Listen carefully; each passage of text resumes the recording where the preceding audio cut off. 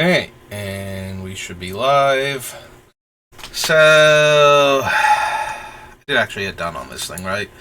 So, I had ordered a new router and some other stuff for streaming, so I could potentially start streaming stuff from my tablet. Because I do play Opera Omnia, and I wouldn't mind doing the events on stream. And I kind of wanted to do Missing Link for Kingdom Hearts when it comes out. Still no word on when exactly. It was supposed to be released this year, but I haven't heard anything, and I can't find anything else on it since the announcement. So I wanted to get a new router because the old one is like ancient, like over 20 years old. Pretty sure if we didn't have it before my father passed away, we certainly got it soon after that, is like as far back. And I'm pretty sure this is one of the ones that we've had for forever. Like I said, it's been over 20 years, so. So I bought a new router, and it's a nice, like high-end one. Went over with my brother to make sure, and he's like, yeah, no, this should be, exponentially more than we need and be good for, the foreseeable future. So the problem is that it does not connect the way this ancient router does. There's a coaxial cable on the old router, one of those, little prong things with, the screw bolt attached to it that you have to, screw on, old TVs used to have. The new router does not have one of those. And apparently this is the actual landline to connect to the internet. So, my first thought is, well, okay, I'm going to have to figure out where this thing is connected, because there might be something mounted on the wall where this thing comes from that would also connect and allow me to plug the router into it functionally. The problem is that literally every wire that is connected to the old router right now, and that I would have to connect to the new router, is, with one exception, I can get to the power source. Everything else is buried back here where the computer room is. So, this used to be my dad's office, functionally, for when he would do day trading and whatnot. That's what this was set up for, which is why all the computer stuff is back here. So after he passed, I just kind of took over back here. But I took over back here in this general area. Everything else back here, pretty much, I've got, one pseudo box back here that has a bunch of the commander decks, minus the unique cards, because trying to get to the box that I need to in order to put those away takes about 20% to 40% of the effort it takes to start doing a commander deck, because it's buried under binders. So until I actually start building another commander deck, I can't really move all the stuff off of the boxes in order to put these things away. So they've just been kind of chilling back here. So I got all of the Baldur's Gate ones and all of the Dominaria ones, and I haven't even opened the Warhammer ones because they have so many unique cards in them. I want to make sure I can just put them directly into the binder when I do open them. So that's going to be a thing when I actually start working on a commander deck. Unless I need the cards for one of the decks, then I'll open them for that, but I haven't gotten to the point where I was going to do that anyway, so anyway, so I got one box back here, and then there is just a literal mountain of stuff, and it is not mine, and I have nowhere to go with it. It is an entire wall taking up 2/3 of this room. There is a pathway to the desk and my computer, and that's it. There is nothing else. So, the amount of effort it would take for me to unbury where the wires are connected, to even begin to figure out what I might need or be able to do to plug this new router in, is probably at least a month's worth of effort to move all of this stuff, to get to where the wires are, like, on the wall and everything, to get to the buried portions of them, to even look at them to try to figure out what I can do to hook this router up. Yeah, I thought because I had the wires, like the actual physical router is over here, and I had all the wires to it, I would just be able to connect them to the new router. And I was wrong, and now I am sad. I am very, very sad.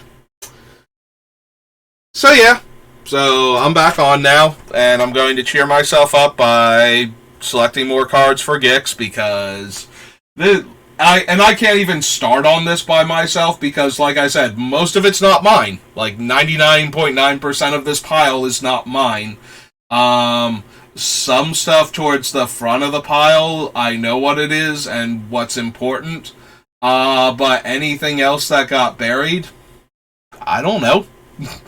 Like, if it were all mine, I could go through it and just chuck things that I didn't want. Like, this would actually be a doable project for me. It would take a while, but like I said, I'd be looking at like a month to tunnel through it to get to where all the other wires are. But without it being mine, and without being able to just throw out whatever I don't care about and go through it all and make it to the back of the room, it's impossible for me to do. Like,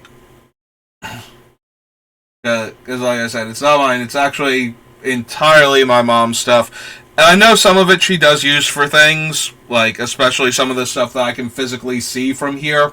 Like, there are giant empty boxes, but she uses them to ship stuff to my extended family that lives out of state, like her brother and whatnot, when she does things for the holidays. She like uses these boxes to ship the stuff that she gets for him. So it's not like it's all trash that can just be thrown away or useless junk. The problem is a lot of it's buried, and I'm sure she has no idea it's even there anymore. But if she found it, like when we were going through it, she'd be like, oh yeah, this is a thing that I use, and I didn't realize I had more of it that got buried over here, so we need to keep this. And so none of it's actually going anywhere is the problem, and there's nowhere for it to go if it's not getting thrown away type of thing. It's like there's nowhere else in the house for it to go. So, yeah. Like I said, we're not like the crazy hoarders. Like, we don't have like stacks of newspapers that we never read or anything. Like, but we're like, so we're not crazy enough to be on like a TV show about hoarding, but we are kind of buried in stuff. And like I said, like, my stuff, if I get to a point, I can, like, I've done it before where I just get rid of things because I have no room anymore type of deal. That's fine, but it's not mine, so I can't just do that. So yeah, so I can't get to the wires, so I can't even figure out if I can, like, make a direct connection to the new router from the same thing that the coaxial cable is coming from. Because I think that there is. I think that there is a thing that it is plugged into. Like, it doesn't just come out of the wall and not be anywhere else in the house type of thing. Like, it should connect to our phone lines and whatnot. So there should be a box, theoretically, that I could connect the router to have direct access to the same line that the coaxial cable is providing to the internet, like providing to the internet service provider, like from our phone lines and everything to our router right now, like the ancient one that we're using. But that's not something I'm going to be able to get to on my own. Like, this is a monumental undertaking. It might not even be in that one corner. It could be in this other corner over here, which has another pile of stuff that's much smaller but way more important. Like, this is actual stuff, like documents and whatnot, that if we needed access to them, they are here on top of the desk, and this filing cabinet that I would need to move. The stuff on top of the filing cabinet is probably not important, but there is a pile of it, and again, there's nowhere to go with anything. Like, that is the biggest problem. There is literally nowhere for me to go with this stuff if I don't have a dumpster I can chuck it into, that I'm allowed to chuck it into, so I'm really super sad right now, because I was excited to actually have a router that could handle the internet with, like, more than one person on it. And that got shot down pretty hard right now. Like, it would be insane to have to try and do this.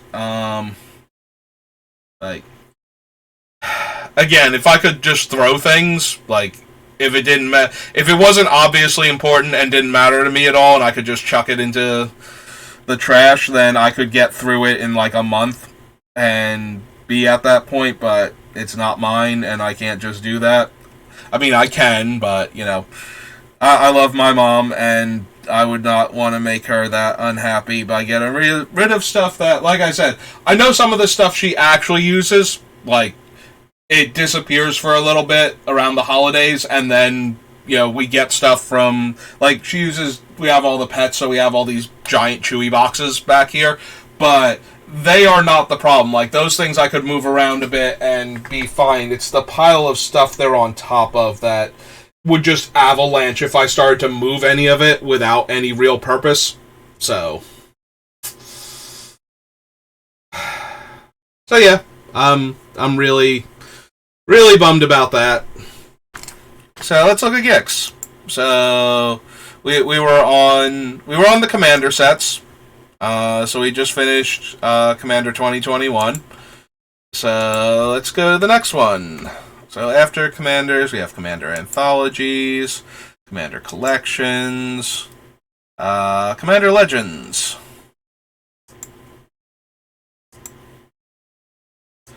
So yeah, let's go do that. Let's cheer me up a bit by working on a Commander deck. I so wanted this to work out. Why am I in, like, day view or something? Can we load the background where it's, like, you know, black background? I guess I don't technically need it, but what are we doing? Transferring a lot of data. There we go. Okay. It's just like, why is the background, like, stark white? If creature gets +3/+0 and is every creature type. Don't really care about creature types. Arcane Signet again. Armix Filigree Thrasher. Like, see, this is another one that could have technically been Gix, and, you know, would have been super underwhelming. Even though it's doing a very Phyrexian thing, and, you know, when it attacks, I can discard a card. When I do, target creature defending player controls gets -X, where X is the number of artifacts I control, plus the number of artifact cards in my graveyard. And that would be a very Gix thing to do, like, just attack and kill things. Where he'd need, like, a mountain of artifacts to power him, and a wake of broken artifacts behind him in order to get to this point. Equipped creature gets +1/+1 for each land we control. It's 7. Alright, this is not from this set. This is from the first Dominaria. This is just a reprint. Or it's in one of the Commander decks. Because I keep forgetting they did that with these two sets. Like, the Commander decks have the same expansion symbol. Just to frustrate me. Yeah, that's 7 to equip if it's not legendary. I mean, we should be able to get the same effect, like most of our lands will be swamps, so Nightmare Lash and whatnot should be easily equipable compared to that. Attacks, target creature and opponent controls gets -1/-1 and has Encore. Protection from each color that's not in your commander's color identities. So, protection from everything that's not black or colorless. I mean, it's okay. That's a lot of things to be protected from. It would dodge red mass removal, blasphemous act and whatnot, but that's about it for what it's helping with compared to, Boots and Greaves. And I don't think I need anything past Boots and Greaves to protect him. Become the Monarch. Each player loses 3 life unless they discard a card. If you are the Monarch, they lose 6 life unless they discard 2 cards.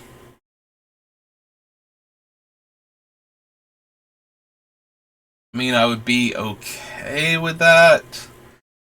I don't know how I feel about 1 or 2 cards giving me the Monarchy.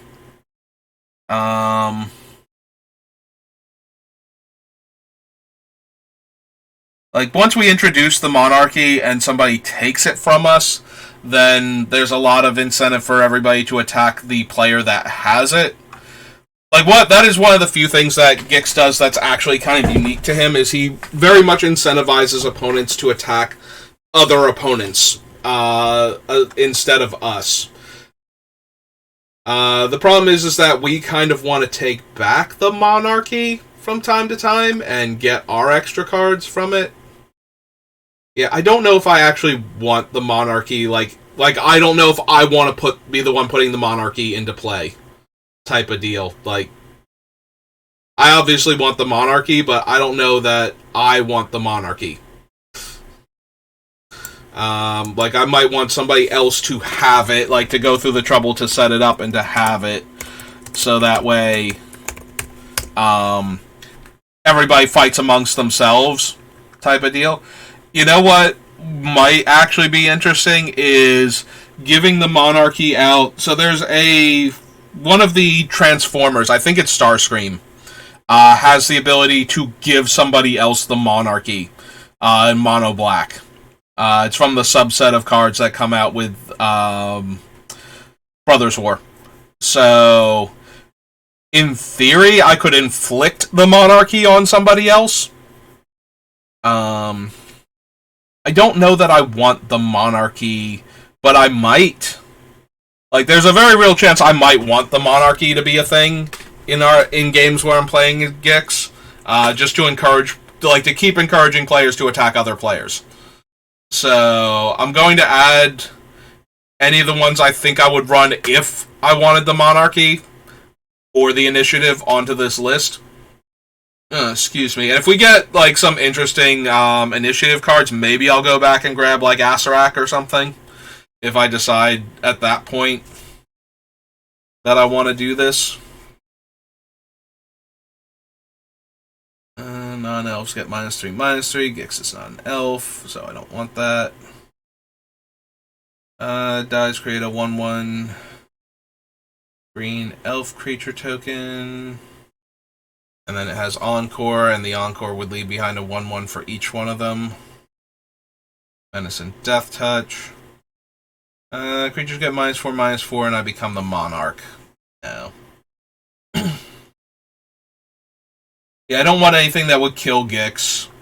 That won't kill everything else. I would rather have Damnation and what's its name? Decree of Pain and whatnot as our mass removal spells over a -X/-X that's 3 or higher.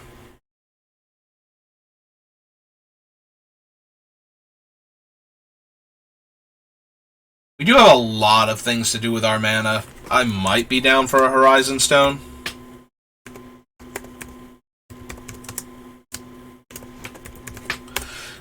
And we have a fair amount to do with colorless mana, because Gix is 7 mana to activate, right? So, oops, accidentally clicked off of it instead of clicking on the thing. So, yeah, so 4 colorless mana. So, I can do a lot with Gix with 4 color, in the same turn with the colorless mana. Oops. If I did not keep shrinking everything down. So maybe Horizon Stone is worth it. Cascades, and then you can sacrifice.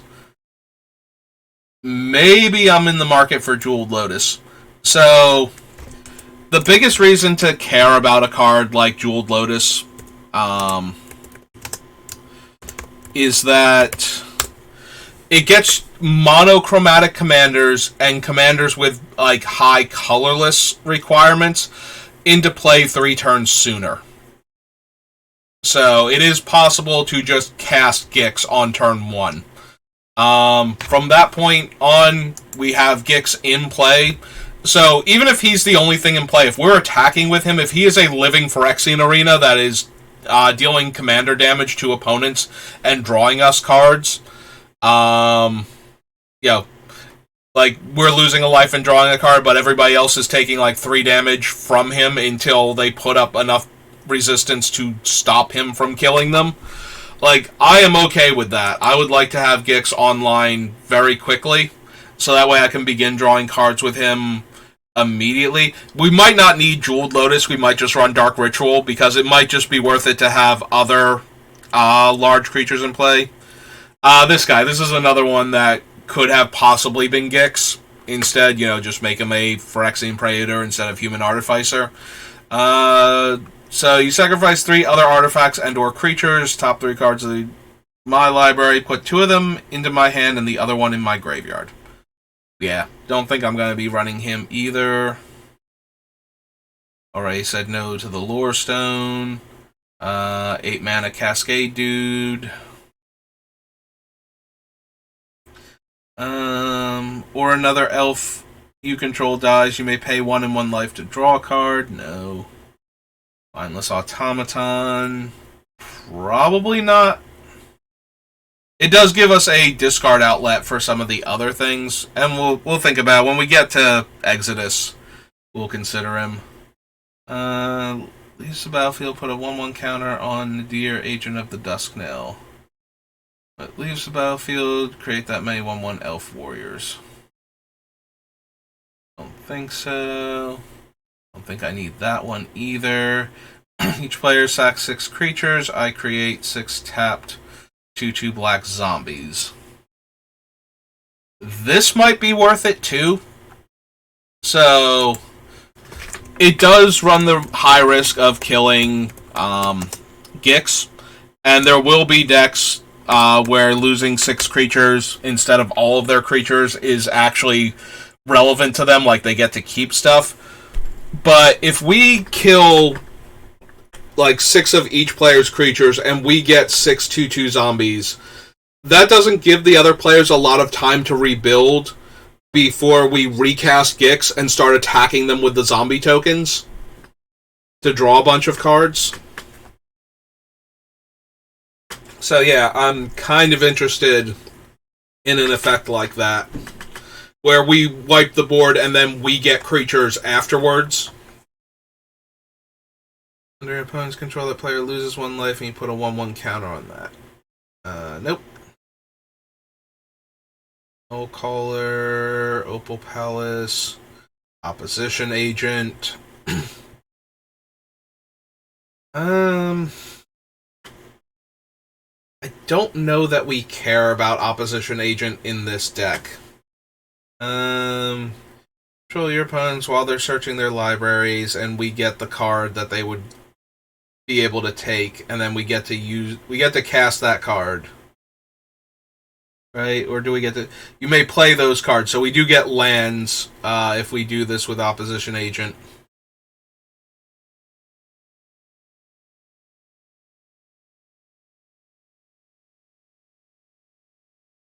You may play those cards for as long as they remain exiled. You may spend mana over mana of any color to cast them.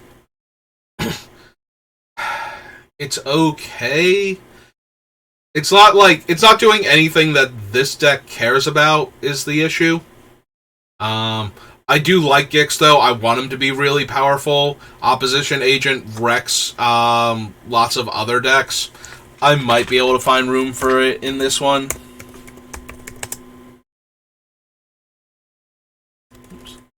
Opposition Agent. Like, I want this Gix deck to be really strong because I'm so excited for Gix, but it's just generically powerful. It's not playing into Gix's whole thing. And I do still kind of want to play into Gix's whole thing. Like, even when I'm building a commander that I want to just be super powerful, there's only so many generically powerful cards I can fit in the deck. Like, I do want Gix to still care about his own game text, basically. Like, I don't just want an insanely powerful deck. Generically, I want it to actually, like, kill the opponents. So. And sacrifice each other creature you control, discard 2 cards, sacrifice it to give it to somebody else. Yeah. The setup cost is too high for me for what it's doing, I feel like. 2 target players exchange life totals, and I create an XX colorless horror artifact creature token where X is the difference. Now, we can spend our life total like water, basically. Like, we can just chuck our life total into the trash can with how this deck works. So I'm wondering if I actually want Mirror Universe effects. I might. That might be a way to win games. So, like, it's 9 mana, but I have every intention of being able to produce huge amounts of mana with this deck. So, I could actually see this working. There are a couple other cards that can have this effect, not least of which is the actual Mirror Universe, which can only be activated on the upkeep, but we can do a lot of damage to our own life total with this deck, and then exchange it with somebody else's. We kind of scrolled past Rakshasa Debaser, but yeah, I don't think I actually need that. I don't care about reanimating our opponent's stuff, I care about our things. I would love to copy Gix's activated ability. Yes, Rings of Bright Earth. And possibly, and Bracers too. Illusionist Bracers. Yeah, Gix is strong enough that I might actually want to run that. Dice put 2/1/1 counters on Sengir whenever a player loses the game. I gain life equal to that player's life total as the turn began.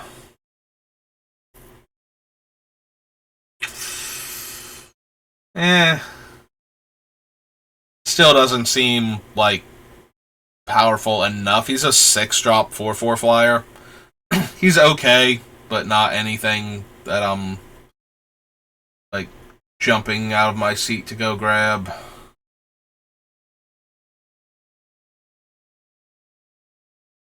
Jumping out of my seat to go grab. Why am I doing? I have no idea. Don't ask. Just let me keep going.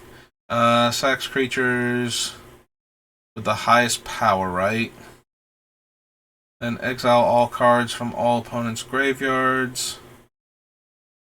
Create X01 black Thrall tokens where X is the greatest power among creatures exiled in this way. Don't really have enough to do with those Thrall tokens, though.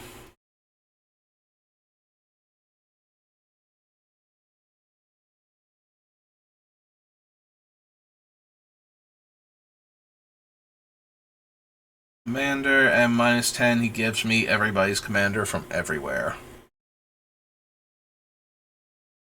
Cruise. Nope, don't care about Tormod. Don't need the dual lands. Put Vamp Tutor in when we get to Visions.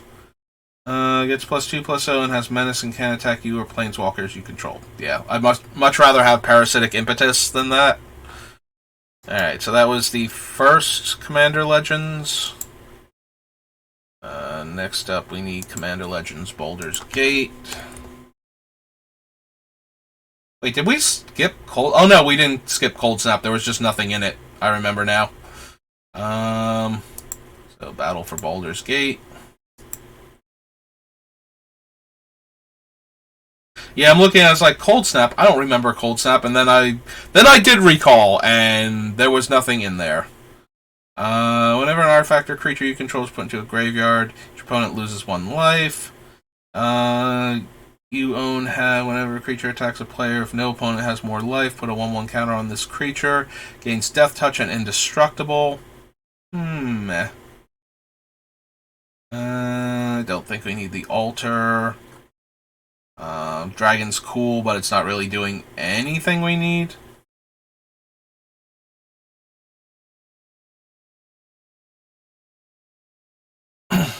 +1/+0 and indestructible. Creature starter player controls gets -2/-2. Thirst. Exile target creature. Put X 1/1 counters on a commander creature you control, where X is the power of the creature exiled.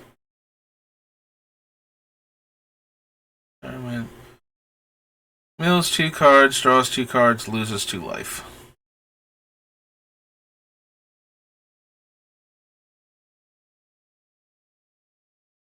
Number of gates, don't think so. Note to the lantern. So he can pay 2 life to draw a card, 1 life to get a treasure. Is this the deck for Black Market Connections? So Black Market Connections gives us the ability to A, ramp by making treasure every turn, and B, draw more cards, and I have every intention of just going up and down life totals so much that the person responsible for keeping track is just going to hate this deck. That being said, is it actually good enough? I mean, it can also make 3/2s for 3 life, which are then creatures we can attack with to pay more life to draw more cards. I suppose I can put it on the list, at least. So, we have to go down here to the Brawl section. Wand of Orcus. Oh, so it'll be after the wand from the original thing. So, Black Market Connections. Okay. Blade of Cells. Blood Money. Destroy all creatures. For each non-token creature destroyed this way, make a treasure. It is a tap treasure, but this deck has a lot of potentially very mana-hungry spells in it. I might be down for Blood Money.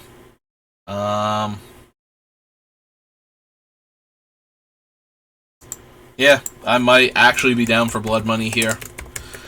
Like, getting to untap the next turn with all of that treasure in play, probably worth it. I don't think I care about Bonecaller Cleric. This one lets me cast my opponent's spells. It also does something when I cast their spells, right? Whenever a non-land permanent opponent controls enters the battlefield under your control, they lose life equal to its mana value. Huh. I might actually want Brainstealer.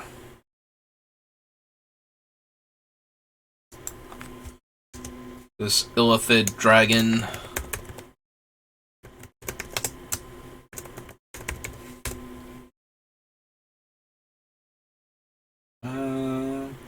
Whenever it attacks, defending player loses X life, and you create X treasure tokens, where X is the number of creatures in your party. I do like that it's the opponent losing life this time, but I don't know how many of the party types we would have. But I am down for generating more mana while attacking with creatures. Calculating Lich. Whenever a creature attacks one of my opponents, that player loses 1 life. So whenever you attack somebody that's considered my opponent, the defending player is the one that loses 1 life. This is a thing from one of the Game Nights box sets, right? Like, we can consider it again when we get to there. Call the Void. Creature they control and a creature they don't control, and those choices are revealed. Destroy each creature chosen this way. Probably not. Draw commanders you own from the command zone and from the graveyard into your hand, then shuffle your graveyard into your library. Don't think so. Not running Locthwain. Also, this isn't the set for it.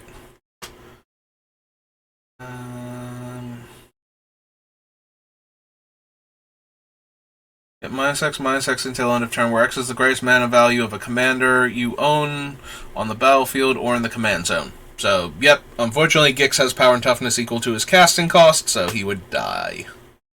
That would be sad.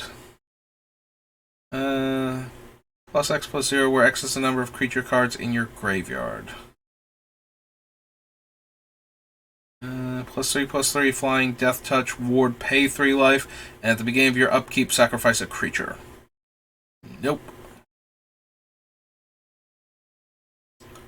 Have no maximum hand size, but I already have like 3 other things that are going to be doing this, and it's a 3-drop mana rock, and I'm not multiple colors, so I don't think we need that one. Dire Mimic.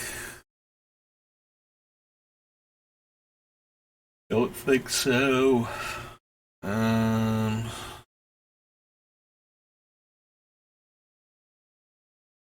Enters the battlefield, tap. This is one, so I would gain 3 life, draw a card, make a treasure, and venture into the dungeon. So we need to get to the dungeon and see what it actually looks like for me to want to bother with this thing.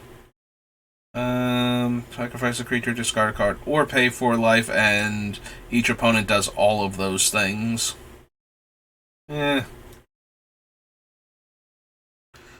Attacks a player, exile cards from that player's hand, then they draw that many cards, and I may play lands and cast spells from among the exiled cards for as long as they remain exiled. If a spell cast this way, I may spend mana or mana of any color to cast it.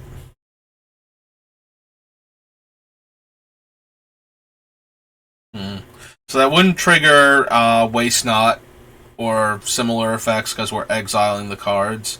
We do get to cast them if we want to.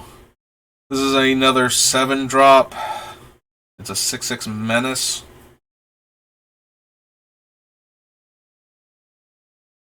Yeah, I don't know that I super care. Draws X cards and loses X life, where X is the number of cards in their graveyard. Death touch until end of turn. It's a 4/4 flying death touch creature. Feed the swarm. Target creature you control at the beginning of each player's upkeep, that player may pay 2. If they do, they put a rope counter on a creature they control. Otherwise, exile Fraying Line and each creature without a rope counter on it, then remove all rope counters from all creatures. Creature card from a graveyard on the battlefield under your control with a corpse counter on it. You take the initiative. If that creature would leave the battlefield, exile it instead of putting it anywhere else, and this escapes for 5. And 5 cards. Colossus, Geode Golem. Enters the battlefield, choose 1. Destroy target enchantment an opponent controls and lose life equal to its mana value. Or creatures you control gain death touch until end of turn. Destroy target enchantment an opponent controls and lose life equal to its mana value. Is okay as a targeted removal spell for enchantments in black, but I don't know that I actually care enough to want that in the deck. Oops. I don't know, maybe I do. Just for that portion of it, I don't think I care about the other half of it, though. Horror Specs. Prowler dies if it wasn't blocking draw card. Whenever this creature becomes tapped, it and other creatures you control that share a creature type with it get +2/+0 and gain Undying. I mean, neat, but I don't know how many Phyrexians I'm actually going to be running, and like I said, we're going to be running all of 2 Praetors, besides our boy Gix here, most likely. And that's like at the top end. We might not even be running both Sheoldred, so Enters the battlefield, each opponent exiles a card from their hand until an elective hour leaves the battlefield, and I may play lands and cast spells from among the cards exiled.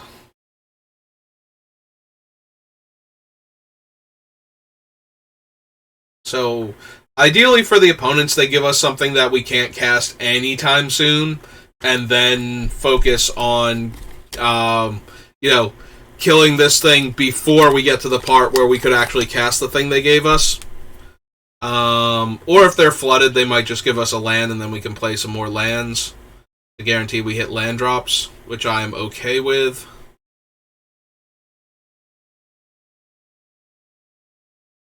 I doubt it's actually going to be anything, though, that we would want.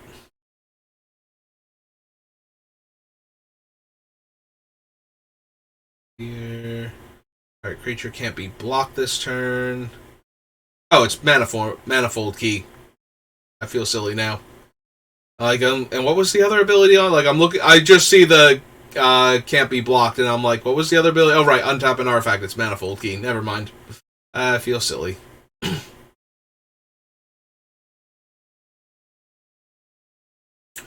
think we need the Mighty Servant. Right about forgetting anything. It's trample, discard a card, and becomes crewed by exactly 2 creatures it gains. Whenever this creature deals combat damage to a player, draw 2 cards. So we get to draw up to 3 cards if it hits, but we have to crew it with 2 creatures, and I'm not thrilled with that. Sacrifice another creature or an artifact. Put a 1/1 counter on Moldfolk. Nope. I don't think we care about the Life Mirror or Mirror of Life Trapping. Whenever a creature enters the battlefield.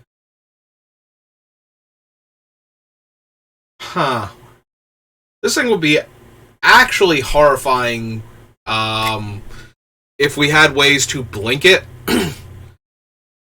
I didn't realize that about Mirror of Life Trapping, is that the creatures don't come back if Mirror of Life Trapping goes away. They only come back if something else gets sucked into the mirror instead. That'll be interesting if we ever do a Blink Exile deck. Now, the opponent casts their first creature with the Cool Comes into Play ability with the idea that they will cast another creature and get their first dude back, and then we blink it and then just eat their other guy instead. Choose an opponent. That player sacks a creature. Each opponent sacks a creature. Each opponent sacks a creature with the greatest power among creatures they control. Nope.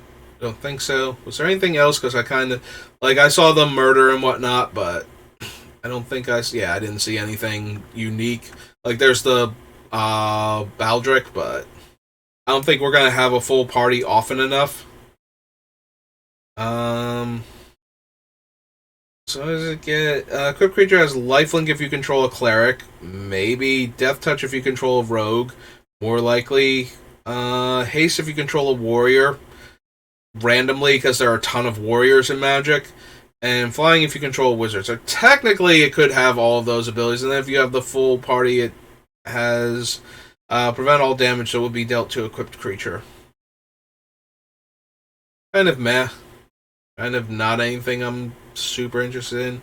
Exiles target player's graveyard. Whenever it deals combat damage to a player, may put a creature card exiled with it from the battlefield or onto the battlefield under my control. It's a 4-drop crew 3. It is a 5/5 flyer when it's active. But then it has to deal the combat damage, so if they have like larger flyers, then I don't get to get through with it. If they can destroy it, we don't get in. Like, it's a okay graveyard hate, but I already have that, and my graveyard hate also can cast my opponent's creatures from the graveyard, so... Or steal them from the graveyard, so we don't need the Nautilus ship, I don't think.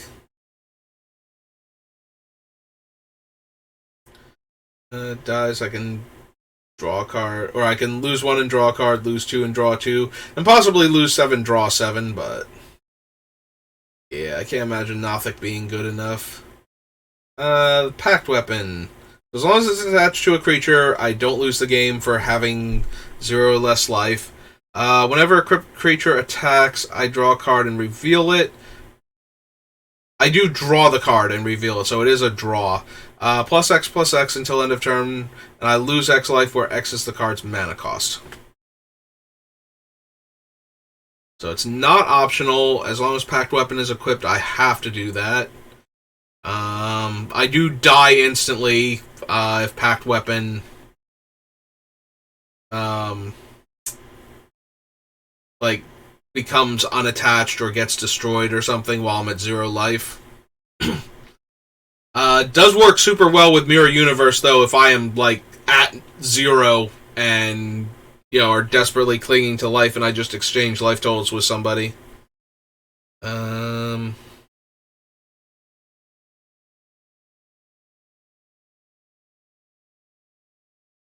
Yeah, I don't think we need that, but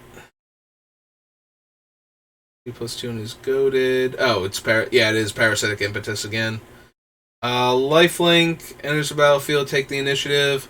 Beginning of your end step, if you have the initiative, it gets a 1/1 counter. So it comes into play as a 3/3 lifelink, basically, because we can't really lose the initiative. It's the beginning of our end step that this happens. So if we care at all about the initiative, where's the actual dungeon for the initiative? I need to see what that does to decide if I even care about gaining the initiative. And I think it's... Are we still on page 1? I think we are, and I think it's on the next page. Patriarch Seal I don't really care about, because Gix doesn't have any tap-activated abilities. As a battlefield or dies, we get a treasure token. There's not anything we need. This also cares about the initiative, including exiling cards that our opponents control that would die. Whenever it attacks, if you've completed a dungeon, defending player loses 1 life for each card they own in exile with a hit counter on it. Like, if I want the initiative, I might be down for that. She makes treasure, right? If you have the initiative, create a treasure. Create 3 of those treasures instead if you've completed a dungeon. So, she does not give us the initiative. I think this came up with Raids.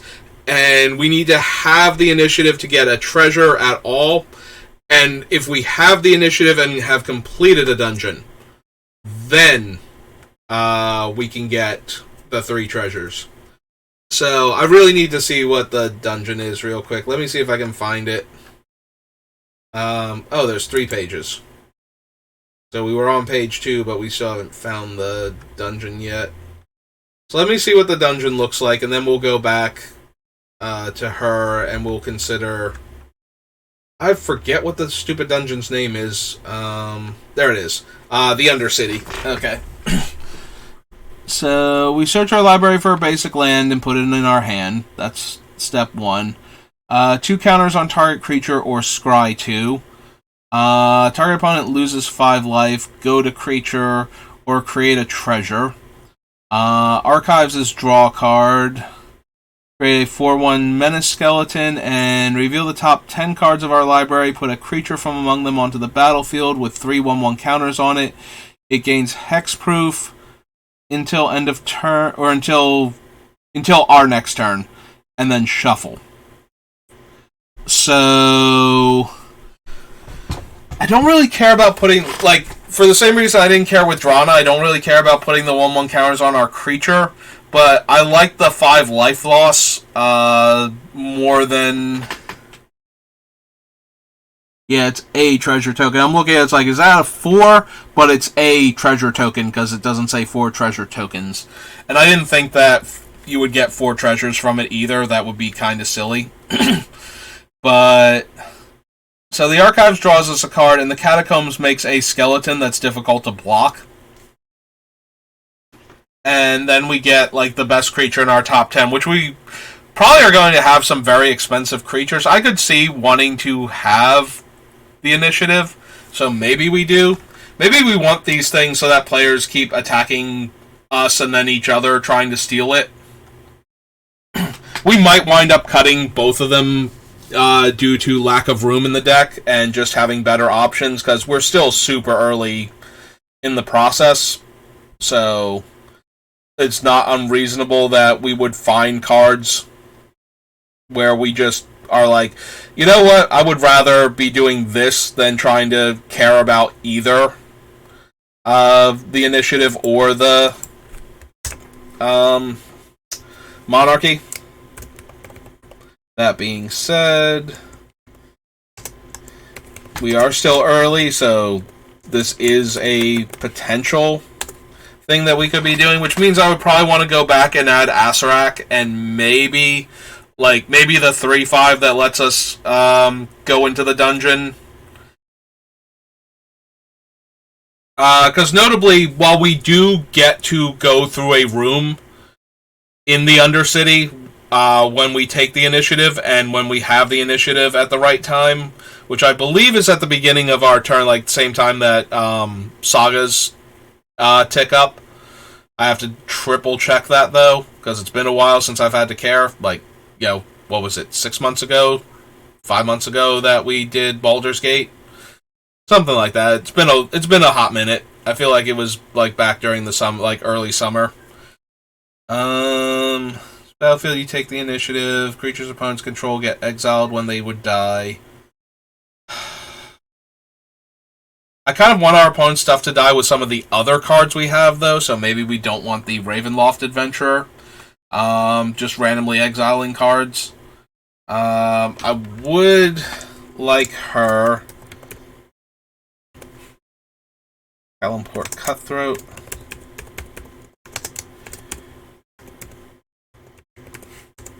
Is it 2 T's for Cutthroat? Yeah, it is. Okay. Cutthroat, not Cutthroat.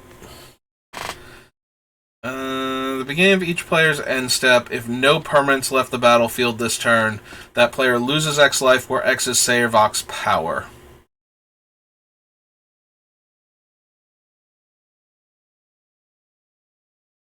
I think we've already have enough incentive for players to be attacking and blocking constantly with our deck anyway, so I don't think we need Sayervok triggering the action. You take the initiative, tap add colorless. If you have the initiative, add 2. Exile cards from the top of your library until you exile a non-land card. You may cast that card without paying its mana cost, only if you've completed a dungeon. I mean, that's strong enough. So it's a bad mana rock, but it gives us the initiative, and then once we've completed a dungeon, it just randomly cascades off the top of our deck for, like into a spell, any spell. For 3 and tap. Like, I'm interested in that. If we're going to be completing dungeons, I'm interested in this card. If we're not, then obviously I don't care. Sayervok. I keep calling him Sayervok. I keep thinking the O, or the E rather, is before the R in his name. Sayervok's Tome. Not his toe. Please, we already have Vecna. We don't need another guy with body parts. Commander creatures you own have the first time you would draw a card each turn. Instead, look at the top 2 cards of your library, put one of them in your graveyard, and then put the other one back and draw that card. Sewer Nemesis is just alternate artwork. It's from the first Commander set, I believe.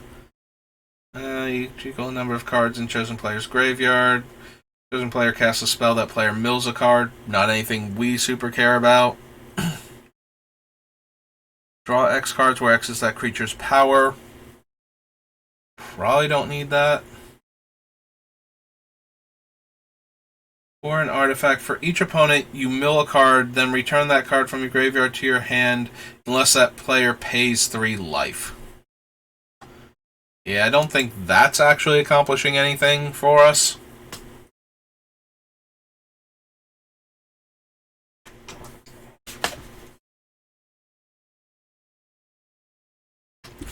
Still don't want Skullport Merchant. Each creature card in your graveyard that's one of those things has Unearth 2 mana. Think so.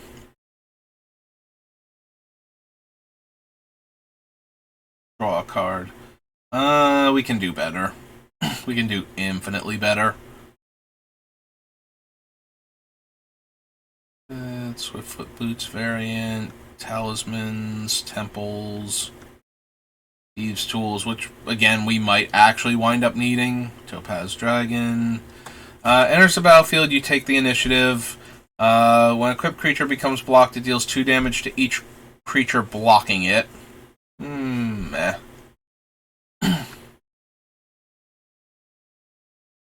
Is equal to the number of crabs, oozes, and horrors. Beginning of your end step, exile up to 1 target creature from an opponent's graveyard and create a token that's a copy of the Uchulan. Uchulan? However you pronounce this crab ooze horror's name. 5 mana, 5/3 Menace. Yeah, it's kind of underwhelming. I was gonna say, I think I care more about this guy than like a 5 mana 5/3 if I want to take the initiative. Remove 100 charge counters, search your library for an artifact card, and put it onto the battlefield. 1 mana of any color and roll a d20. Alright, so if I care at all about the initiative, I might want this thing, but probably not.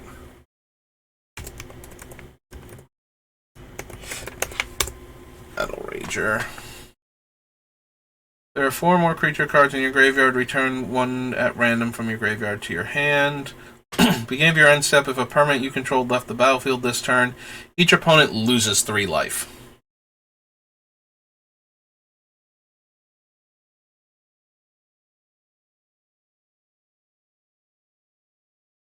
Like, does this matter at all?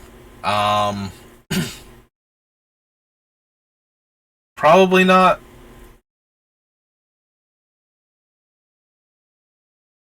Tax, you may pay 1 life if you do create a treasure.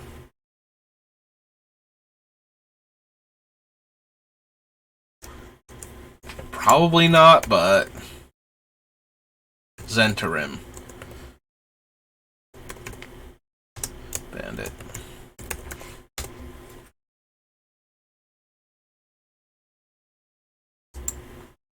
Yeah, I have a feeling like I'm adding a whole lot of cards that are going to wind up being like, yeah, no, I've decided not to do this now that I've jumped through all these hoops, but... So, Commander's Arsenal, and then Conflux. But maybe we care enough about the initiative or the monarchy, or at least care enough about other players fighting over the initiative or the monarchy. Absorb this, no. At least I don't think so, right? It deals 4 damage and we gain 4 life and it's 7 mana sorcery? Yeah, no, never mind. Becomes tapped, its controller loses 2 life. Orchard, no to these cards, no to the font.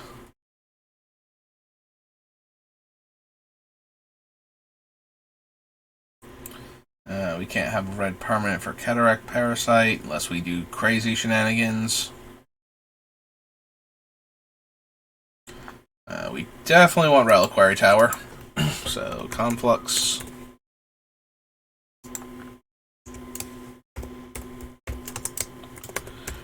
Reliquary Tower. Comes into play, each player discards a card and unearths for 1.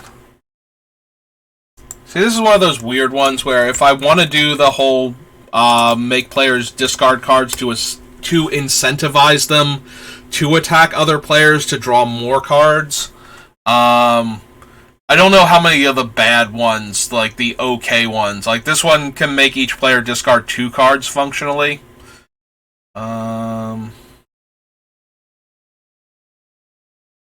Salvage Slasher gets +1/+0 for each artifact card in your graveyard.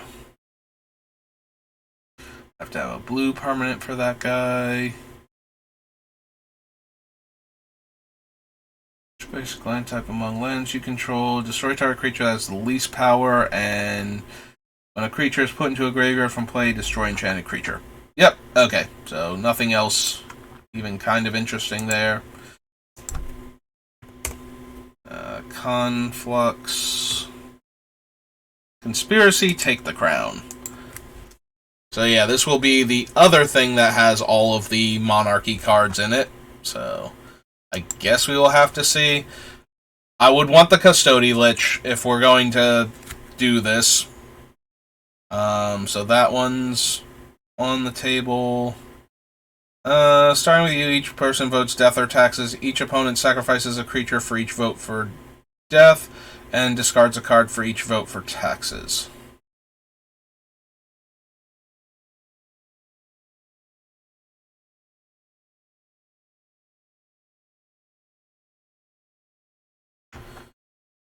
So yeah, if we want Conspiracy, if we want the Monarchy, I definitely want Custody Lich.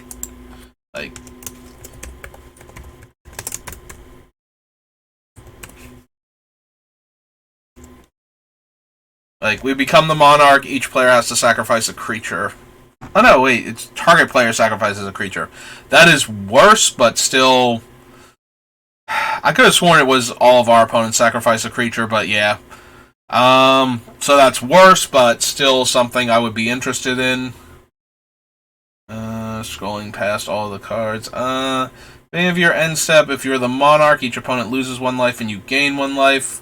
That's probably not worth it. We can do better for life gain. Even if we care about the monarchy, we can do better. Enters the battlefield, you become the Monarch. Whenever a creature attacks you or a planeswalker you control, that creature's controller loses 1 life. Maybe?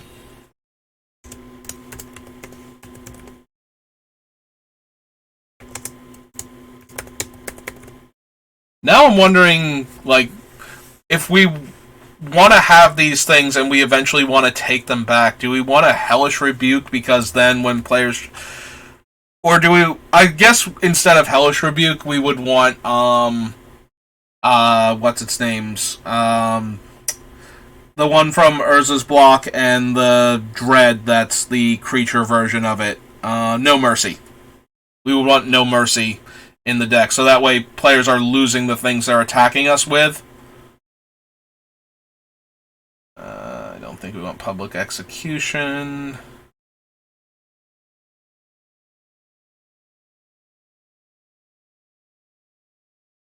Thorn is a very straightforward way to take the Monarchy. Oops, not Throne, Thorn. Throne is below that. Thorn of the Black Rose.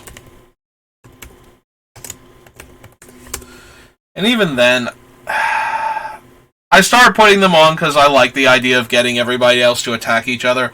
But even now, looking at them, I'm like, do I even really want this? Like, is this actually a thing I'm going to be doing? And the answer is, like, I'm starting to feel like maybe it's not. Maybe this is too much of a distraction from Gix's main ability. Yeah. I already wrote down all these cards, but I have a strong feeling I'm going to cut literally all of them the more I think about it. So let's take the crown. Alright, let's do the more recent core sets, 1920 and 21.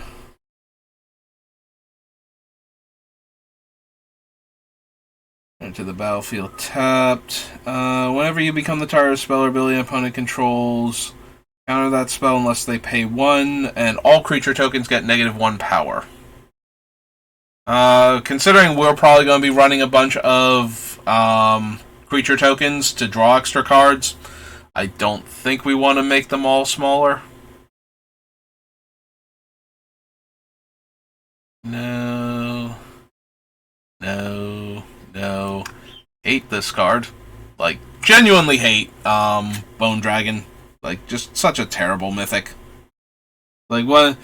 It's not, Archangel's Light or whatever it's called bad, but in some ways it's worse, because Archangel's Light was at least intentionally bad so that they didn't accidentally introduce a card that breaks formats. I have to believe that they thought this was okay, and I'm just not seeing it. Like, it just feels terrible. 6/6 Flying Trample, don't care about that. Probably don't care about the Dragon's Horde either. I don't think I'm going to run enough dragons to actually do anything with it. Each player loses half their life, then discards half the cards in their hand, then sacrifices half the creatures they control, round up each time. Alright, so we cut a bunch of these, I think, from Braids. I think we left like 1 or 2 in. Do we want them in this thing, though? The problem is that we're discarding cards to this, so that means we don't have cards to discard to activate Gix unless we've activated him first, and then cast something like Fraying Omnipotence and possibly Pox. I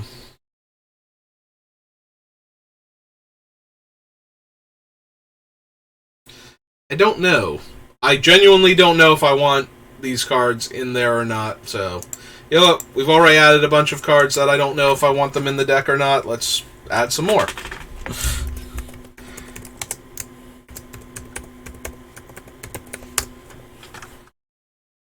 Like, what's the worst that can happen? We added in, and then, you know, I wasted time typing it, basically. Creature card from our graveyard to make a tap 2/2. I don't think so. Gain life equal to its power. Probably not. Don't think we want Isarath. Top 3 cards of our library into our graveyard. If at least one was a zombie.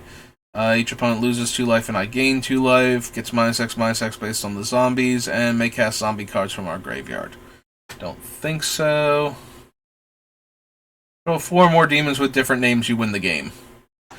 I mean, that's entirely doable, but that doesn't feel Gix enough for me. I want to win with Gix. I don't want to win.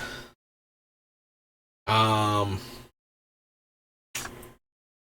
don't want to win with Liliana's Contract any more than I wanted to win with the Sanguine Bond combo. As much as I want the deck to be good, I want it to be good with Gix. I don't want it to just be like generic good black cards. Like, we're running a ton of demons, so we run Liliana's Contract, and then we win the game because all our demons showed up. It's like, nah. Nah, I want to do something. I want this to be Gix's show. I want to steal all the cards from our opponent's decks and cast all of them. So, let's find more cards that help with that.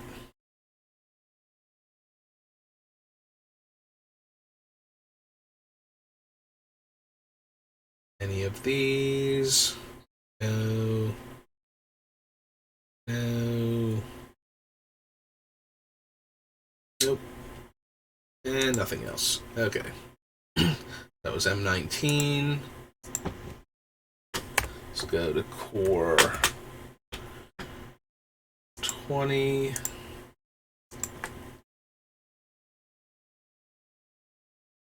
And onward to core 21.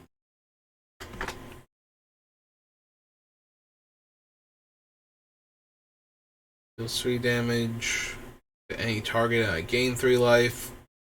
Nope. Attacks, I draw a card and lose a life. Yeah, I think we can do better. We already have so many potential card draw spells. Hates on opponent's creatures with 1/1 counters. Pay 2 life, discard a card, sack a creature, make a 5/5 demon, only at sorcery speed, and it's a 6-drop. I know, it's an uncommon, it's meant to be good and limited, but I was kind of hoping for a little bit more. Well, not hoping, once I started to read the card, I don't remember exactly all of the things, and, you know, how big the demon is and whatnot, but, yeah, once we got through it, it's kind of not gonna happen. Enters the battlefield, you may sacrifice another creature, destroy target creature an opponent controls, and then we get a creature with mana value 3 or less from our graveyard to the battlefield when it dies. It's 1+3, Disentomb, Disfigure, Lockbox. I do love me some Dread Presence. Like, landfall, draw a card, lose a life, as long as it's a swamp, or deal 2 damage to any target and gain 2 life. Like, that is a whole bunch of things that we are technically interested in doing, so. Hey, Dread Presence. Yeah, we wound up not running it in Braids, but that was because we didn't super need it. But draining life from the opponent and drawing more cards are both things that I'm very interested in with Gix, so let's just go ahead and run him. Run Golos for all of the reasons. I don't know why I'm just scrolling through, it's like there's Golos, we can't run him. And it's just like, no, you definitely can't because he's banned, and because he's 5 color, and because I need a sip of water. Can't run him for that reason either. 7 mana, return target creature from my graveyard to the battlefield tapped. Yeah. It deals damage to target opponent or planeswalker equal to the number of creatures I control. I do plan on controlling a lot of creatures, but I don't know that I want to spend 5 mana on a 3/3. That only hits 1 target. Lost 4 more life this turn. Put a 1/1 counter on it. Yeah, probably don't need that either. Like, he's okay, but nothing super good. There's Manifold Key. I don't know that we have the artifacts that I would care about for Manifold Key. That I need to untap those artifacts. So the making it unblockable seems like it might not be relevant.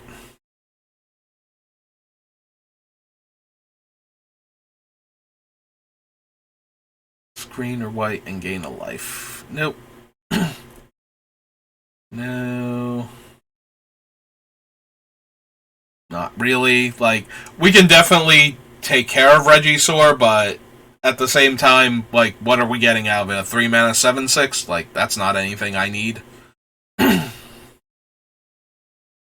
a 1/1 counter on him, and he's a 3 mana 1/1 flyer. Choose 2 target players, each of them searches their library for a card, then shuffles their library, then puts that card on top. Can we do anything with Scheming Symmetry? I don't think so.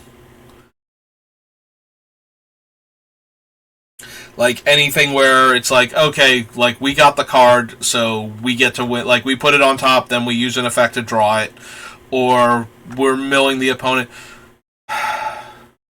I mean, if we threaten the activation of Gix, they kind of have to be careful what they put on top.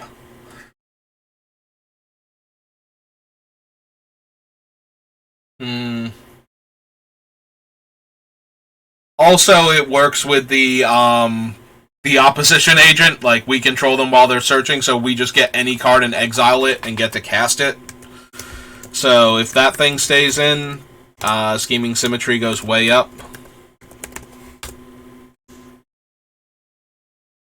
Oh, 2M Symmetry. Okay.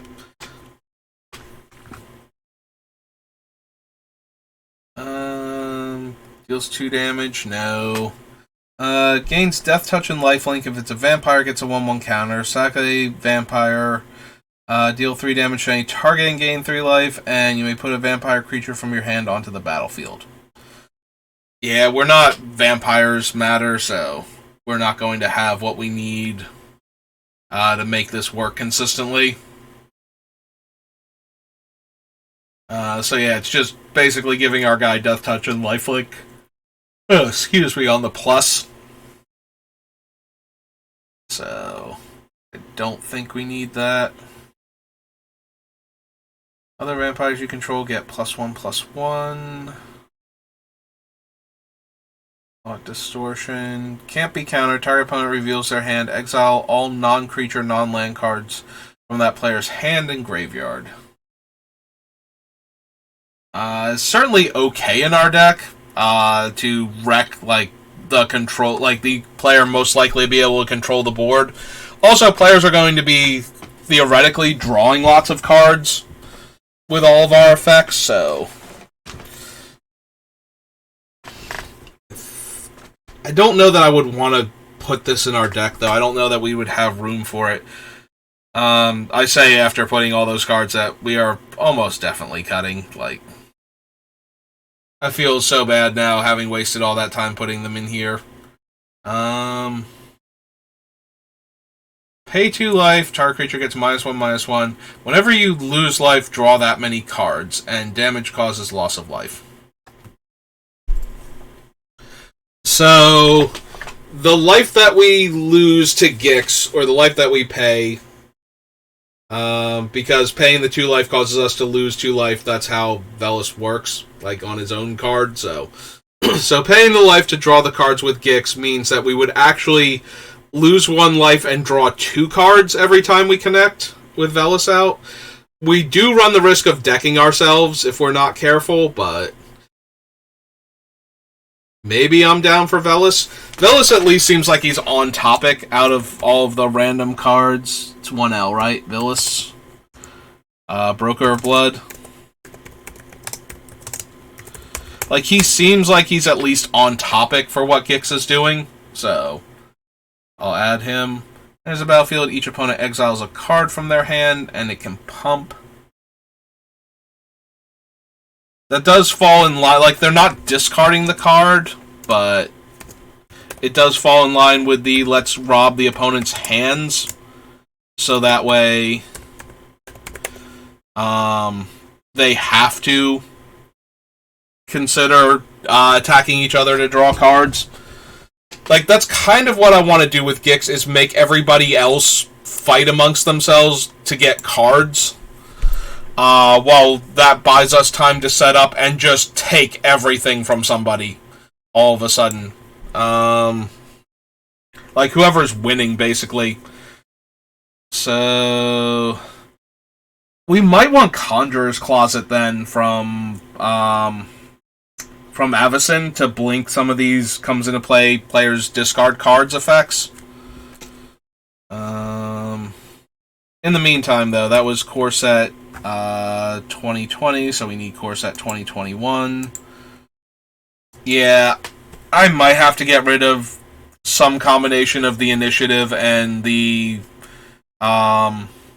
Monarchy, or at least go down to like 1 or 2 cards that do it, just to get the ball rolling.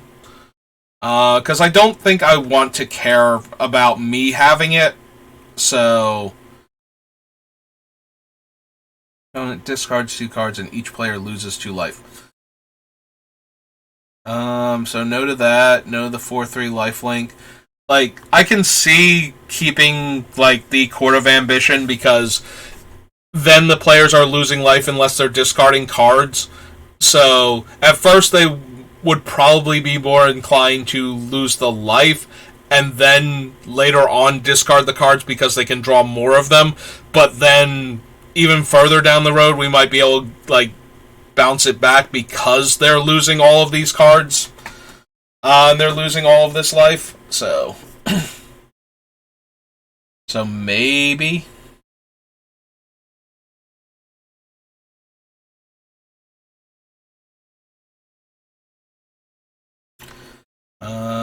yeah, we didn't really want those two. I don't really want the Orrery. I'm actually kind of thinking about, like, then what do we want for as far as the Initiative? Because again, I feel like we would probably cut the rogue that cares about giving us treasure if we have the Initiative. I want to have to care that I have it. I want to be able to have it as an effect in play that makes everybody fight amongst themselves for it, and then we occasionally just take it back and have it for a while.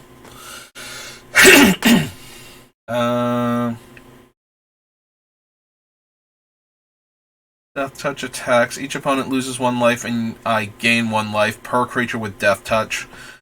Creature you control with Death Touch deals damage to a Planeswalker. Destroy that creature. Like, I kind of like the Death Touch things because the opponent is disincentivized to block it with, like just... There's no chump attacking into them if my things have Death Touch, but... I don't know how many actual Death Touchers I'm going to be running. Kaervek is... like, downgrades everybody's creatures. I would need to know that I'm running him to not run a bunch of 1 toughness creatures that just explode to him. And I get the feeling I want some aggressive, like, low-to-the-ground creatures, so... that might not be a thing.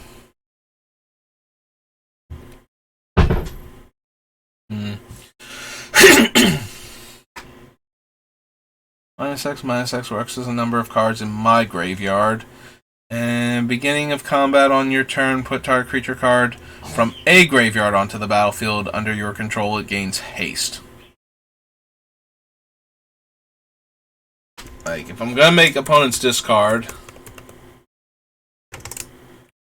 Waker of the Dead. And maybe I want that one. More likely that I will want, Chain Veil, but that doesn't necessarily mean we don't want this one. Where X is the number of creatures that died under my control this turn.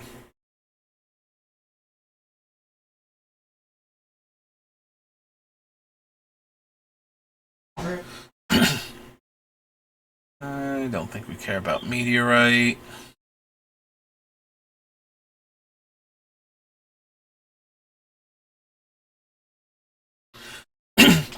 So, Peer into the Abyss, if we run the deals 1 damage to the player every time they draw card effects, like if we run Underworld Dreams and whatnot, then Peer into the Abyss always kills a player. Like, if those things stay in play while Peer into the Abyss is resolving, the player will lose half their life, draw however many cards are left in their deck, like half of them. So, even if they only draw like 20 cards, that's still... they will then take the 20 damage. So, like 20 cards drawn, so like 40 cards left in their deck. But if they lose half their life and they're not high enough, then even if they're down to like 20 cards in their deck and they take 10 damage after losing half their life total, it probably still kills them. Like, Peer into the Abyss almost always just one-shots a player when you have any of those type of effects in play. Also fun is that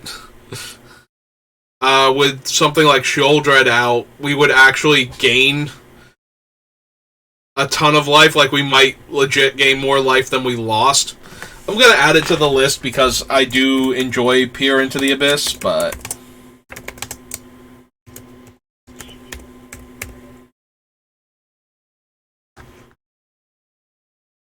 -2/-2, or 2 loyalty counters from each walker. No, thank you. Rise again, no. Each opponent loses X life and I gain X life, where X is the number of shrines I control. So, that gives us a source of life gain that also grows with the Honden. So, I'm probably okay with that one also. Like, if we run the Honden, I can see making room for the Sanctum, although we might wind up cutting it. If I gain 3 or more life, so 1 black, return 2 creatures, probably still not good enough. Silver Smoke Ghoul, though, comes back into play tapped if I've gained 3 or more life each turn, and I can sacrifice it to draw a card.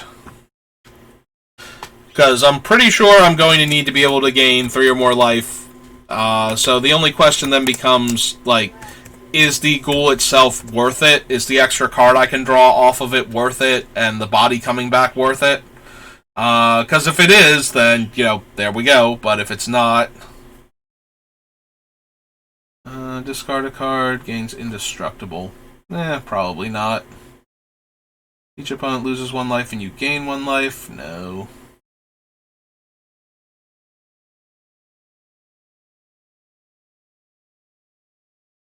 Don't need the Thieves Guild. We'll think about Ugin later. Alright, so Vito is one of the when we gain life, opponent loses that much life. So he goes infinite immediately with Exquisite Blood.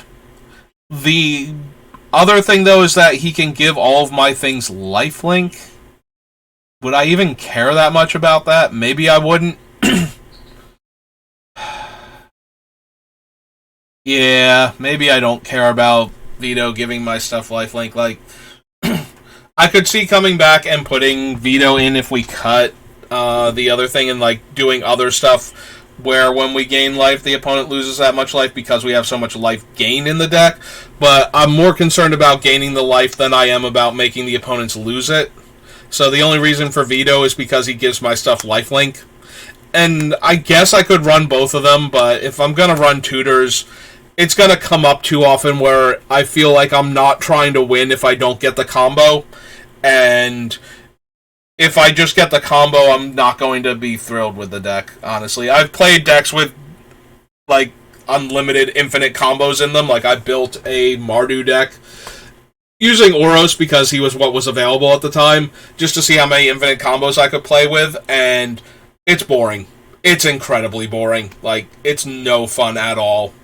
It's just a question of, did I get my combo pieces? Did you have an answer? No? Cool. Game's over. Like, there's no back and forth, really. Everything in my deck is a can you kill it or do you die situation. And it's miserable. Like, I do not like that deck. Because once it goes infinite, that's it. Like, there's no breaking up the combo once it resolves a lot of the time. Or, maybe you can, but it's the same thing. It's like, did you have the answer? Because I'm going to start activating it, and if you don't have the answer now that the card's in play, you just lose the game. So, yeah, I'm not a huge fan. Alright, so that was Core 2021. That brings us to Dark Ascension. I'm not a big fan of the infinite combos that... Like, I don't mind having one in the deck that I can get under the right circumstances, especially if getting it is a massive pain. Like, costs a ton of mana is not something I can just do.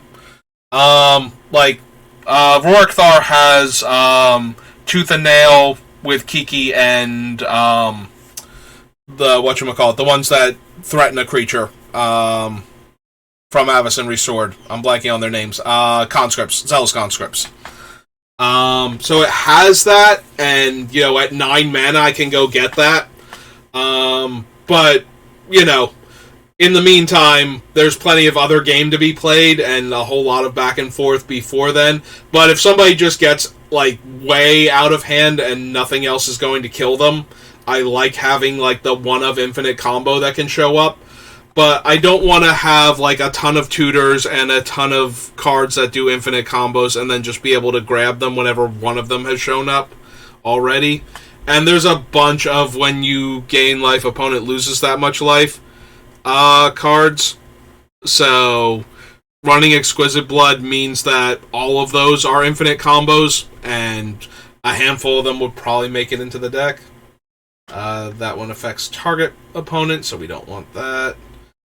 Search my library for a curse card that doesn't have the same name as one on them. Yeah, I don't think we need any of these. Like, we're not going to curse one specific opponent to death.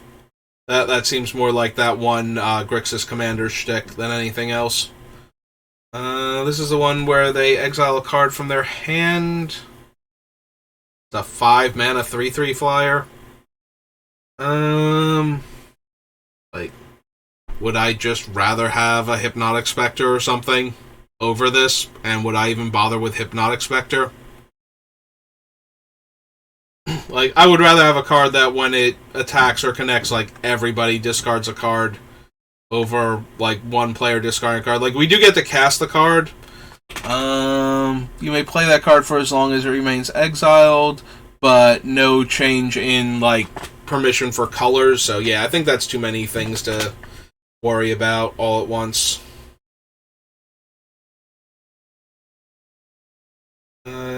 Discard 2 cards, and yeah. Loses 3 life and draws 3 cards. Don't need that. Don't need the Hell Vault. Probably don't need Increasing Ambition. Good old Mikaeus the Unhallowed. I mean, who doesn't need Mikaeus? Alright, so this is Dark Ascension. The Dark. Down to Dark Ascension. Oh, Dark Steel, then Dark Ascension. Mikaeus the Unhallowed. Always at risk for winding up in my base black commander decks. Like, yeah, don't need Ravenous Demon. Sightless Ghoul. Place a human, destroy target creature. No. Deals that much damage to its controller. Probably not. Tragic Slip is okay as a 1 mana removal spell that kills almost everything.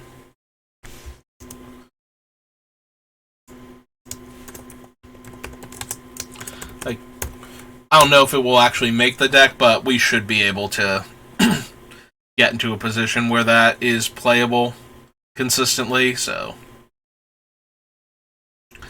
And I don't think we have enough zombies for Zombie Apocalypse. Okay, so it's Dark Ascension.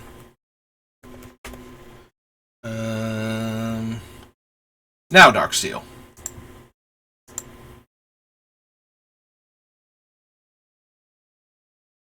Remove all counters from all permanents and remove all tokens from the game. Again, I think we're going to have too many tokens. Aether Vial, no. None of these Arcbound creatures. Not even you, Ravager. Aryak Sled, no. Blinkmoth Nexus. Is an evasive threat that dodges sorcery speed, mass removal, that sort of thing.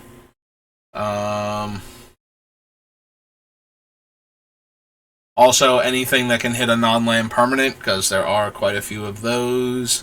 It is an artifact creature, right? Yep. So it is vulnerable to destroy target artifact effects.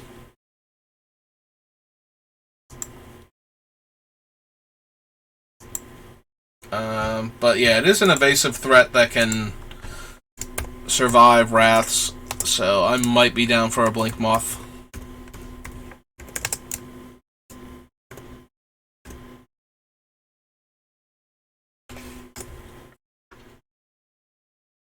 Life for each tapped artifact. Target opponent puts a card from their hand on top of their library. Charge counter. No, no, no, no.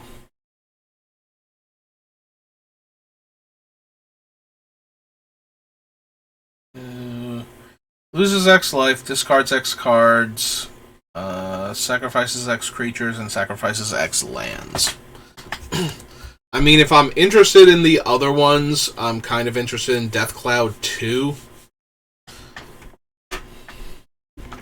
So maybe we'll add it to the list. Worst case scenario, like I said, we wind up cutting them. Cast a black spell, gain a life. Even with how much life we could gain from this, I can't imagine the 1 life per spell is relevant in and of itself.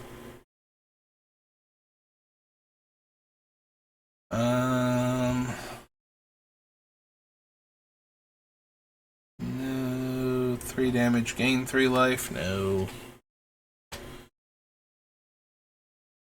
Creature's controller gets a 1/1 mirror. No. Draw a card. Eh.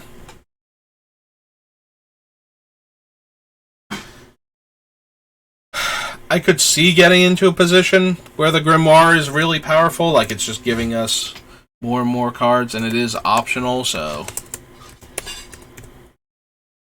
Grimoire... So maybe... Permanent, deals combat damage to a player, they sack 2 permanents, no. Artifact, no. No, no, no. You don't lose the game for having 0 or less life. Whenever you lose life, sacrifice a permanent for each 1 life you lost. Yeah, no.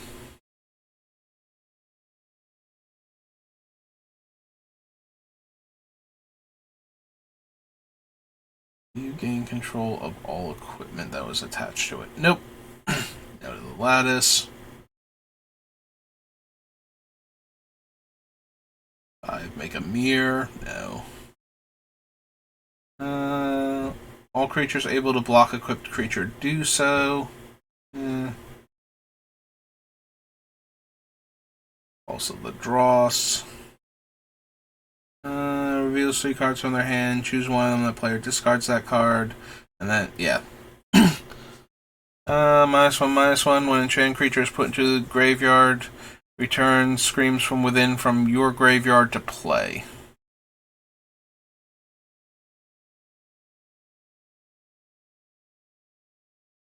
No. No to Serum Powder. No to the Shield. Until end of turn, whenever a creature is dealt damage, destroy it, or until end of turn, whenever a creature is put into a graveyard from play, that creature's controller loses life equal to its toughness. And Entwine deal both. But it's 4 mana to start off with.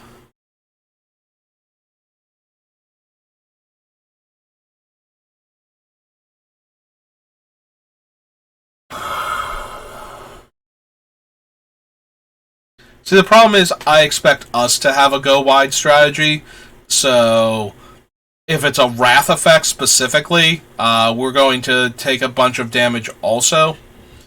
But if it's not a Wrath, if it's like 2 players going at it like huge blocks and whatnot, then just the whole losing life equal to the toughness might be lethal. But it seems too corner case at that point to merit its own thing. Deals damage to a player. That player discards a card from their hand. Don't think we need that. To play, you may remove an instant card in your hand from the game. Whenever equipped creature deals combat damage to a player, you may copy the imprinted instant and play the card without paying its mana cost. Sundering Titans banned. Its power. Fire and Ice. Deals 2 extra damage and we get to draw a card. Gain 3 life and return a creature card from our graveyard to our hand. Like, either one of these would be fine, but I don't think we need either of them, so...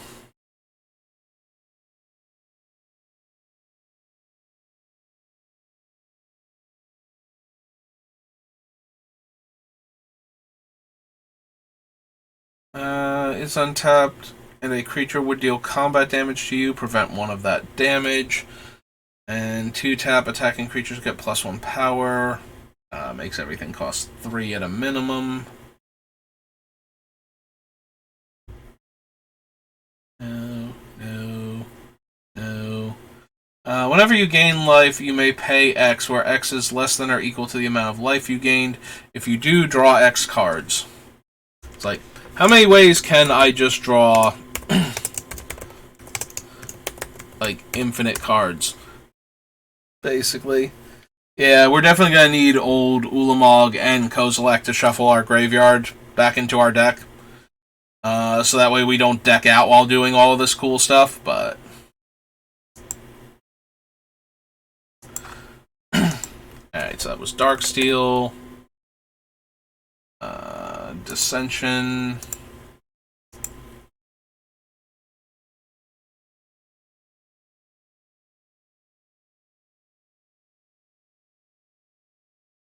I pay X and X life, and each other player loses X life. But my X life is an additional cost to cast, so. Name an online card, target player reveals their hand, that player discards a card with that name. If they can't, I draw a card. Champion we can't run. Delirium Skynes.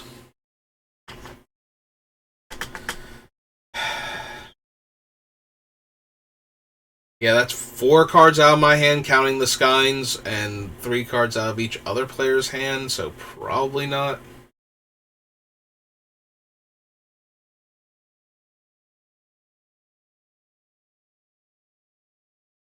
Loses 1 life, gain 1 life, and you have to cast a multicolored spell to get it back, which we never will.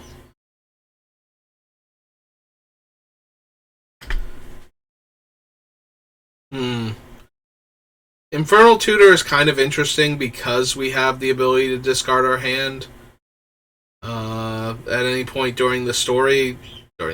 Wow. Wow, did my brain just wander off? Like, I knew it was starting to wander off too while I'm sitting here thinking of Infernal Tutor, and then something just, like, I don't even know where story came from. So, when we activate Gix, we can discard our hand, like, all of it if we want to. Which means we could discard everything except Infernal Tutor, and be able to cast it in Tutor for any card we wanted.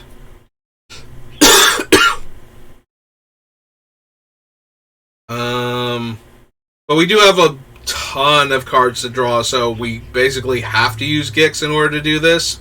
And I don't know that I care enough. Also, we might be drawing cards from other things because we're discarding our entire hand, so. Yeah, where did I get story from? Like, I'm sitting here, I closed my eyes for a second, was rubbing my temple, and the word story just popped into my head, and I don't know where that came from. Removes a card in their hand from the game, only at sorcery speed, and I can choose a card removed from the game with Muse Vessel, and I may play that card this turn. Unfortunately, it's kind of a mana sink, and while we will have tons of mana, I have better stuff to be doing with my mana than that, I think. Target opponent loses 1 life, and I gain 1 life. Probably not.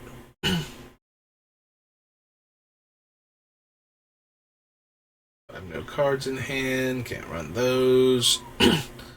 I don't think I care about Ratcatcher. Doom, no. Bouncer was put into a graveyard from play. If I had no cards in hand, -3/-3, so no. Go to the Slither. Or, I'm sorry, Slithering Shade. Unliving Psychopath, +1/-1, and has black tap destroy creature with power less than its power. So, probably not. Pay a life, add 1 mana. Okay, not great. Walking Archive and Wit's End.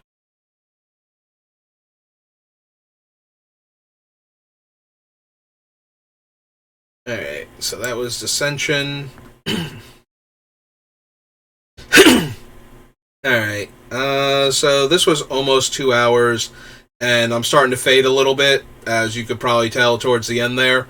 So I think we're going to call it for right now, as much fun as I am having with the idea of Gix. Dissension. I spelled that wrong, I'm sure. Don't care. As long as I know where I stopped, I'll be good. But yeah, I'm going to stop for right now.